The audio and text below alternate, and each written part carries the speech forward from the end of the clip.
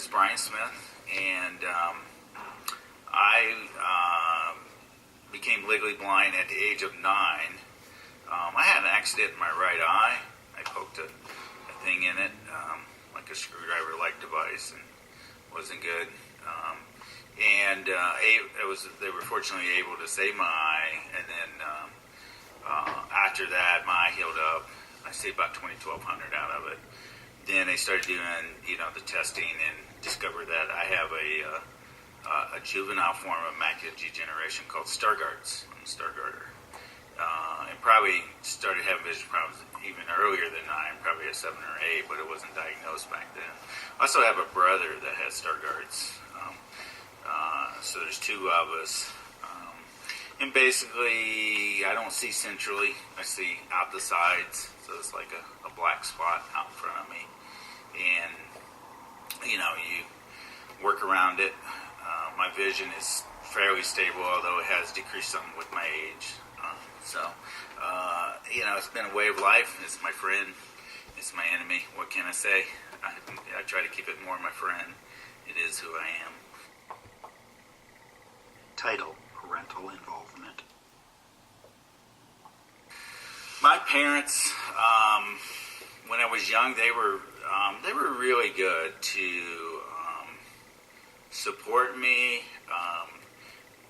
but they didn't give us breaks. They gave us a different way of doing it, but they expected us to do it. And I think that's a really good message. I think a parent, that's a tough position to be in because you're there as love and support and encouragement, but then you're also there to not shelter them, to be tough love sometimes. And I think sometimes the worst thing you can do is shelter the child. You have to equip somebody to that day when they go out and become an adult. So my parents were really good about that when they were younger. It's funny, as they got older, then they started saying, well, son, you can't sweep the floor, let me do that. And, well, by then it was too late. I said, Dad, I can sweep the floor, Title: Education. I went to high school here in Colorado Springs at Coronado High School. I had the opportunity to go here to the deaf and blind school, but chose not. We were mainstreamed, my brother and I, and then another gentleman was at the school. We worked with Ann Hicks, who was my hero, my itinerary teacher. Itinerary teachers, I can't say enough about how big of a help they are. They're there to show you some different things, different ways of doing it, show you new different technologies. I think it's really important that the teachers show that. They're there also to be of support. They're there to be of patience, encouragement. They're also an advocate, and I really want to talk about that. I think it's critical that both teachers and parents advocate for their children, but then I also think it's critical that when you reach older as an individual, you have to start advocating for yourself. And I think that's a really good message that the teachers and the parents need to say, well, you're going to have to do this down the road. I never will forget, I went into college, and I'd been going to a bunch of classes, and with this one professor, and I said, sir, when it comes time to take a test, I take the test up in the library at the CCTV because we had only one. He said, well, that ain't going to happen. And I said, we waived the time because I couldn't deal with the time limit. I said, what do you mean that ain't going to happen? He said, well, I can't allow that. I said, well, you'll be hearing from my counselor. Next day, Mr. Smith, no problem. You can take the test out of the classroom and up to the CCTV, and we'll waive the time. Title: Career. I own Magnesite. We are a manufacturer of CCTVs, or electronic magnification systems. I started my company in 1990. At one time, I had about 30 people working for me. I had a 7,000 square foot building. We sell products throughout the United States. Well, maybe some of you have heard of the Magnesite name. It's well known.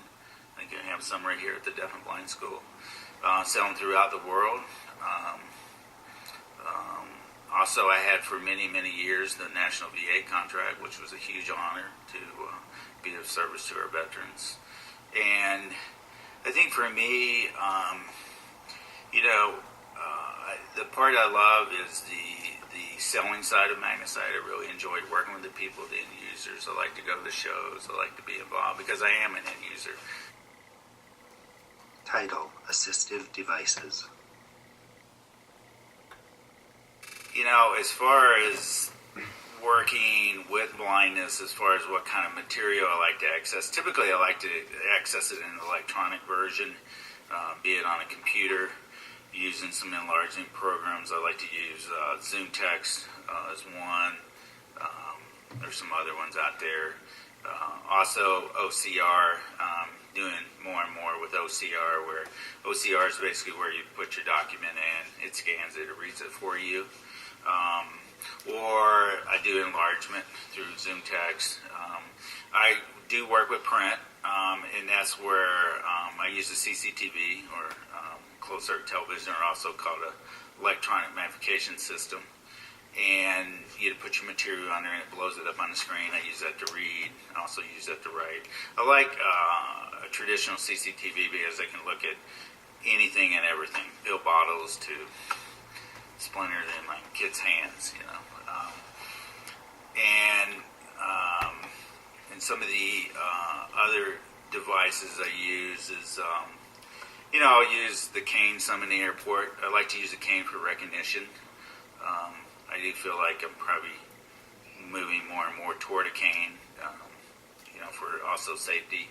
I use talking products, clocks, calculators, magnifiers. I use a little electronic CCTV or electronic video device called a lookie. So it's a variety of things.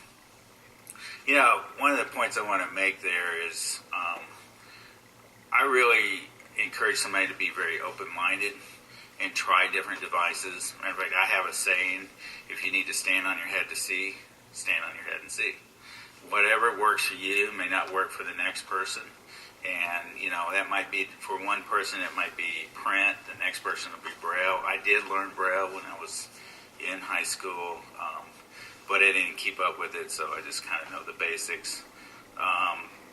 But yeah, use voice techniques, try different techniques. I just really encourage someone to be open, try different things. Blindness, I like to say, it's not a convenient thing. It's a pain, to be honest with you. And, you'll never replace the human eye. But these devices help to make it better. And the joke always is there's a briefcase or suitcase of devices to create what the human eye does. I mean, you need something for distance, you need something for up close, you need something that's manual, you need something that's electronic, you need something for a computer. So usually a low vision person will have 15, 20 different items that they have to use to create the human eyeball. But do that, use whatever it takes to see. Title: Advice.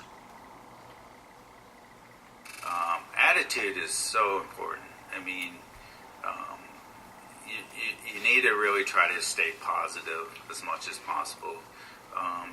We all have our hard moments. We have our hard days. We have our, hard day, hard week, hard month. But you can't stay there. If you're angry and in denial, after a while, nobody really want to be with you. So somehow you have to get a hold of your disability. You have to accept it. When I was young, I denied my blindness, like every young person does. I just wanted to be sighted. And, it wasn't until I got into my 20s that I started to accept my blindness, and that's who I am.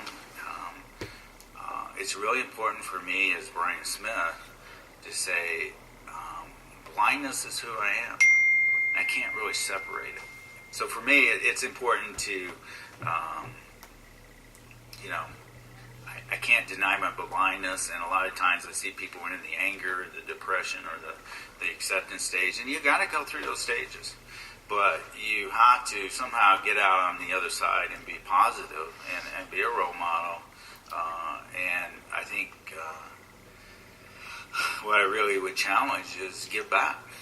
You know, I mean, I did magnesite. I do magnesite. Yeah, I need to make money.